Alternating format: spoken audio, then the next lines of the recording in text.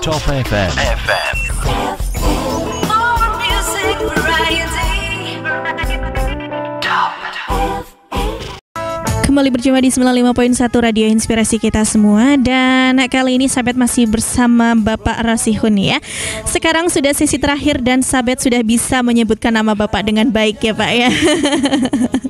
Iya, jadi memang ada kesalahan ya, ada kesalahan antara akte yang satu dengan ijazah yang lain begitu ya Pak ya. Tapi nggak apa-apa, yang penting tetap tetap pokoknya ya semangatnya menggebu-gebu seperti ya Pak ya. Oke, kali ini Sabet di sesi terakhir ingin bertanya, ini pertanyaan terakhir dari netizen Pak. Jadi pertanyaannya adalah, apakah semakin banyak tidur itu akan semakin banyak pula pahala puasanya? Itu dia Pak. Memang ada hadis Rasulullah kalau tidak keliru ya, yang saya kutip di buku yang dikarang oleh Ahmad Syarifuddin tentang puasa menuju sehat fisik dan psikis. Itu di sana dijelaskan bahwa sumtus shaimi tasbihun wa naumuhu ibadatun wa du'a'uhu mustajabun wa amaluhu mudha'afun. Bahwa diamnya orang berpuasa tentu diam dalam konteks menghindarkan diri dari perkataan yang tidak baik. Tidak baik. Ya. Sebab perkataan yang tidak baik semisal dusta, kemudian riba, kemudian bersumpah palsu, kemudian mengadu domba, itu akan merusak pahala puasa. Nah, kalau ternyata kemudian kita punya keinginan untuk berkata-kata yang tidak baik, nah kita kemudian menahan diri. Makanya kemudian ketika kita menahan diri untuk tidak berkata yang tidak baik, apalagi ini dalam dalam kondisi berpuasa, ini diamnya kita tentu akan mendapatkan pahala. Itu setara seperti orang sedang bertasbih. Lalu wa naumuhu ibadatun, bahwa tidurnya orang puasa juga bernilai ibadah. Karena apa?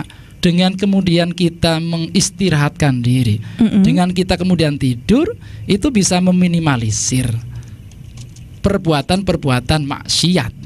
Ini kan sangat baik sekali. Pertanyaannya, apakah kemudian semakin kita banyak tidur itu lalu justru pahalanya semakin banyak? Tentu tidak begitu. Dalam kondisi pasif, berarti kan kita tidak melakukan sesuatu. Ya, pasif berarti tadi tidur itu kan pasif, tidak beraktivitas saja. Allah memberikan reward yang luar biasa. Apalagi kalau kemudian kita menyibukkan diri dengan hal-hal yang produktif, yang inovatif, jauh lebih tinggi tentunya nilainya. Artinya kalau memang kita bisa kemudian melakukan hal-hal yang produktif, kenapa kemudian disia-siakan begitu saja hanya dengan waktu tidur dengan tadi? Waktu memperbanyak tidur, ya silakan tidur sekedarnya saja, ya agar kemudian kita kuat. Tetapi kemudian kita juga perlu melakukan kebiasaan-kebiasaan kita selama ini. Apalagi Mbak Elizabeth misalkan yang punya tugas sebagai penyiar, lah ini kan jauh lebih berharga, bermanfaat. Ibadahnya tentu, pahalanya maksud saya ya jauh lebih besar. Lah ini harusnya kemudian di bulan Ramadan ini kita lebih banyak untuk melakukan hal-hal yang baik, untuk beraktivitas yang memang ada nilai manfaatnya, ada kebaikan, baik kebaikan urusan duniawi ataupun urusan ukhrawi. Karena memang kata orang Barat, time is money. Kata sahabat Umar itu, waktu itu bagaikan pedang. Kalau waktu itu kemudian tidak dimanfaatkan sedemikian rupa, nanti akan memotong kita. Artinya kita urusan-urusan kita akan semakin berat. Untuk itulah mari kita hidup secara teratur. Maka di dalam Al-Quran itu banyak sekali Mbak Elizabeth ayat-ayat ataupun sumpah-sumpah Allah yang berkenaan dengan waktu. Semisal wadduha, kemudian wal asri wal laili. Apa maksudnya? Ini mengajarkan kepada kita agar kemudian memanfaatkan sedemikian rupa waktu yang ada. Makanya Mbak Elizabeth, perbedaan antara orang-orang yang sukses dengan orang-orang yang gagal ya pada dasarnya pada masalah penggunaan waktu.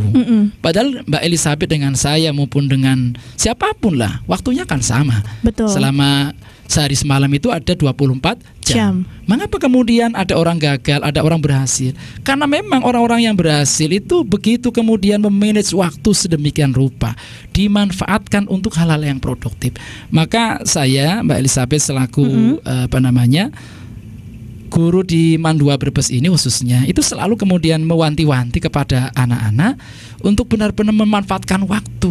Jangan kemudian kita merasa masih muda, masih banyak waktu, lalu waktunya disia-siakan gitu ya, begitu Pak. saja, diisi dengan hal-hal yang tidak bermanfaat. Justru saat kita produktif itulah saat tenaga kita besar itu dimanfaatkan sedemikian rupa untuk keberhasilan di masa-masa yang akan datang. Sebab memang semakin kita kemudian bertambah usianya, bukan malah semakin kuat fisik kita, akan ada anti klimaks.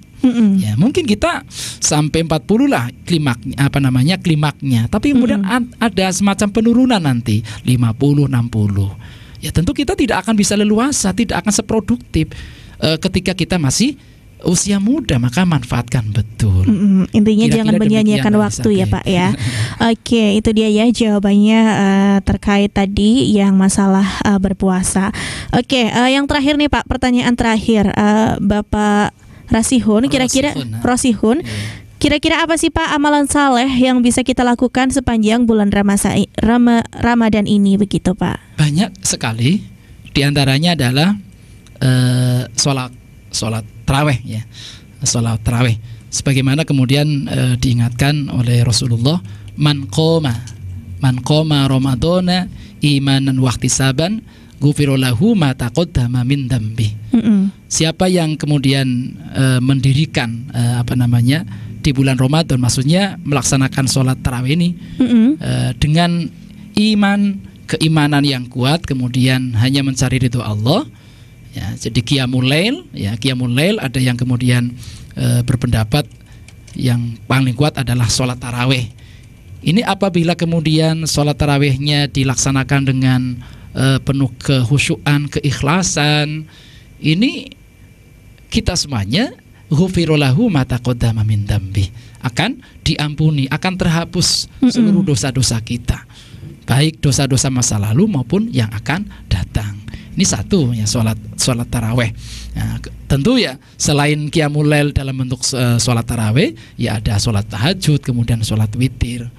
Masih banyak lagi diantaranya ya tilawatil Quran, ya, membaca Al-Quran. Karena memang itu dicontohkan oleh Rasulullah SAW saat memasuki bulan Ramadan atau di bulan Ramadan, beliau semakin banyak membaca Al-Quran. Ini pun juga dilakukan oleh orang-orang soleh dulu, para imam mujtahid, semisal Imam Syafi'i misalkan yang saya baca di referensi itu, beliau bisa menghatamkan di bulan Ramadan itu sampai 60 kali, Mbak Elizabeth. Di luar di luar sholat. Ini bayangkan, luar biasa. Kenapa? Yang kita lakukan di bulan Ramadan sekali lagi tadi dilipat gandakan, apalagi yang kita lakukan adalah qiraatil Quran atau membaca Al-Quran. Karena memang secara jelas sekali kita diperintahkan oleh Rasulullah Sallallahu Alaihi Wasallam, iqra'ul Qur'ana fa innahu ya'ti yaumal qiyamah syafi'an li ashabi. Bacalah Al-Quran, karena sesungguhnya bacaan kita, yaitu bacaan Al-Quran, kelak akan memberikan syafaat kepada kita semuanya. Dan bacaan Quran itu adalah sebaik-baik amalan sunnah. Abdul ibadati ummati qiraatul Quran. Berarti seutama-utama ibadah umatku, yaitu ibadah sunnah, ini adalah membaca Al-Quran. Karena apa? Nilainya, Mbak Elizabeth, sebagaimana dijelaskan juga di dalam hadis Rasulullah, kalau tidak keliru, mohon maaf nanti siapapun yang mendengar barangkali apa yang disampaikan terutama terkait dengan hadis itu ada yang keliru, ya mohon diluruskan. Barang siapa ini man qara'a harfan min kitabillah barang siapa yang membaca satu huruf saja, satu huruf dari ayat-ayat Al-Quran, dari kitab-kitabnya Allah, yaitu Al-Quranul Karim, itu hasanatun, satu kebaikan, di mana wal hasanatu asyru bi asyri amsalihha. Satu kebaikan itu akan dibalas 10 kali lipat. 10 kali lipat. Bahwa Kanjeng Nabi itu tidak mengatakan bahwa alif lam mim itu adalah satu huruf, tetapi alif itu adalah satu huruf, lam itu satu huruf, dan mim satu huruf. Bayangkan kalau kita misalkan membaca bismillah saja. Bismillah saja terdiri dari berapa, Mbak Elizabeth? Ada sekitar 19 ya? Iya. 19 huruf kali 10. Apalagi kalau kemudian ini dibaca di bulan Ramadan. Karena apa? Nilainya jauh lebih besar. Karena amalan sunnah apabila dilakukan di bulan Ramadan ini setara dengan ibadah wajib. Tentu ini menunjukkan betapa besarnya pahala yang akan didapat bagi orang-orang yang melakukan kebaikan, termasuk di dalamnya adalah bacaan Al-Quran. Tentu tidak hanya ini saja, termasuk di dalamnya adalah sedekah dan lain sebagainya. Masih banyak saya kira. Oke, jadi itu dia ya.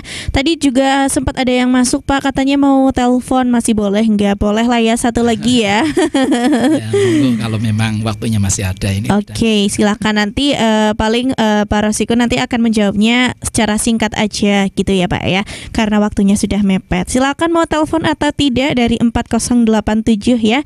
Kami tunggu, dan sambil menunggu jawaban, kita sebelumnya terima kasih dulu ya, Pak ya, untuk para pendengar yang sudah menyimak dari tadi jam 3:30 sampai dengan jam 5 ini. Semoga benar-benar membawa hikmah ya untuk kita semua. Langsung aja yuk 4087 ya. Sampai tunggu untuk teleponnya. Oke, sudah masuk ini Pak, sebentar. Halo, Assalamualaikum. Waalaikumsalam warahmatullahi wabarakatuh. Halo, Assalamualaikum. Waalaikumsalam warahmatullahi wabarakatuh. Oke, dengan siapa di mana? Dengan Ridho Akmal Saki. Dengan Ridho Akmal Saki, dan kebetulan saya masih siswa Mandua Brebes kelas 11 MIPA 1. Oke, Saki ya. Ridho Akmal Saki. Oke, Mas Ridho ya, biar nggak kepanjangan ya. Ya. Oke, Mas Ridho, silahkan yang mau ditanyakan. Dengan pembahasan Pak Rasihun membahas tentang seputar puasa. Pertanyaan saya, apa saja tanda-tanda puasa yang diterima Allah, dan bolehkah sahur pada saat azan subuh sudah berkumandang karena baru terbangun? Itu pertanyaan dari saya. Terima kasih. Oke, terima kasih ya Mas Ridho ya. Oke, terima kasih. Wassalamualaikum. Waalaikumsalam warahmatullahi wabarakatuh. Oke, jadi itu dia Pak, ada pertanyaan dari Mas Ridho ya. Yang pertama adalah apakah ada tanda-tanda puasa, bahwa puasa itu diterima Allah? Emangnya ada ya Pak ya? Sahabat kebetulan juga baru tahu serius Pak tentang hal ini ya. Terus kemudian yang kedua, apakah ketika kita sahur kemudian sudah azan subuh tapi kita lagi makan posisinya Pak, itu masih boleh atau tidak? Silakan Pak. Oke, untuk tanda-tanda sepengetahuan saya itu bisa dilihat dan dicermati dari perilaku. Apabila seseorang kemudian melaksanakan ibadah, khususnya ibadah puasa, lalu kemudian mulai tampak kelembah lembutannya, kemudian keikhlasannya, kemudian ridhonya. Jadi praktis benar-benar kemudian la'allakum tattaqun, menjadi orang-orang yang bertakwa. Orang bertakwa itu apa? Orang-orang yang punya kemampuan kontrol yang baik dalam mencegah perbuatan yang tidak baik, dan punya kemampuan kontrol yang baik untuk bersemangat di dalam menjalankan perintah-perintah Allah. Kemudian pertanyaan yang kedua, kalau sudah masuk waktu subuh, berarti puasanya tidak sah. Puasanya tidak sah karena memang puasa itu dilakukan ya semenjak fajar fajar terbit. Itu sudah harus kemudian imsak, harus keker sampai nanti waktu maghrib atau terbenamnya matahari. Makanya kemudian kenapa ada imsak itu sebagai peringatan buat kita untuk kemudian bersegera untuk bersiap-siap ngeker atau untuk mengekang ya, ataupun menahan diri dari hal-hal yang kemudian membatalkan puasa. Kurang lebih demikian Mbak Elizabeth. Oke, kemudian yang terakhir tadi sudah jawab semua ya Pak ya. Oke, karena ini sudah jam 5 ya, bahkan hampir lebih karena saking asiknya, tapi nggak apa-apa ya. Silakan Pak untuk closing statement di sesi terakhir ini kira-kira dari Pak Rosihun. Sabit persilahkan. Para pendengar Top FM yang saya hormati dan mudah-mudahan dirahmati oleh Allah Subhanahu wa taala. Rasulullah bersabda, "Al-jannatu mustaqatun ila arba'in nafarin. Talil Qur'ani wa hafidhil lisani wa mat'amil ji'ani was-shaimina fi syahri Ramadhana." Bahwa surganya Allah yang seluas langit dan bumi itu sangat merindukan terhadap 4 kelompok, 4 golongan. Yang pertama adalah orang-orang yang rajin membaca Al-Quran. Kemudian yang kedua, orang-orang yang pandai menjaga lisannya dari memprovokasi, dari mencibir, dari mengadu domba dan perkataan-perkataan yang tidak baik lainnya. Kemudian yang ketiga, surga merindukan orang-orang yang mau berempati, mau memberikan makanan kepada orang-orang yang lapar. Kemudian yang keempat adalah surga merindukan orang-orang yang mau melaksanakan puasa, khususnya di bulan Ramadan. Tentu harapannya kita semuanya dalam melaksanakan puasa ini benar-benar mendapatkan hikmah baik di dunia maupun di akhirat, sehingga kita termasuk para pendengar Top FM ini semuanya dirindukan oleh Allah SWT, dirindukan surganya, sehingga kita bisa bertemu dengan para nabi dan para rasul insyaallah. Allahumma amin. Amin. Oke, sudah ya Pak ya. Terima kasih sekali untuk Pak Rosihun dan juga segenap krunya ya Pak ya yang telah hadir hari ini. Nanti untuk yang tertinggal ataupun menyimaknya itu dari tengah nggak dari awal ya, nanti bisa langsung menuju YouTube-nya di Top FM Bumiayu ataupun ada di YouTube Man 2 Brebes ya Pak ya. Dan terakhir Mbak Elizabeth, tentu kami sebagai manusia biasa tidak luput dari kesalahan dan kehilapan. Barangkali apa yang saya sampaikan ada kekeliruan, itu barangkali dari kebodohan saya. Nanti kalau ada kebaikan, ada manfaat, itu semata-mata anugerah dari Allah Subhanahu wa taala. Intinya tadi yang disampaikan Mbak Elizabeth, kita berbagi bukan menggurui. Betul. Jadi saling mengisi. Mudah-mudahan hidup kita yang sebentar ini benar-benar bermanfaat. Kiranya demikian, kurang lebihnya mohon maaf. Assalamualaikum warahmatullahi wabarakatuh. Waalaikumsalam warahmatullahi wabarakatuh. Segitu ya Top Mania ya. Kalau misalkan tadi dikatakan oleh Pak Rosihun bahwa tidurnya orang puasa itu pahala, apalagi kalau misalkan kita lebih produktif lagi seperti itu ya. Oke deh, Sabit pamit undur diri dulu untuk kesempatan hari ini karena kita masih akan ketemu ya di sesi selanjutnya. Masih banyak sekali pembahasan menarik di Inspirasi Hikmah Ramadan ini. Jadi untuk Top Mania jangan kemana-mana, tetap saksikan Inspirasi Hikmah Ramadan setiap hari, di Senin sampai dengan Jumat ya, sampai dari jam 3:30 sampai dengan jam 5 sore hanya di Top FM Bumiayu. Dan Sabit pamit undur diri. Wassalamualaikum warahmatullahi wabarakatuh. Misi Top FM.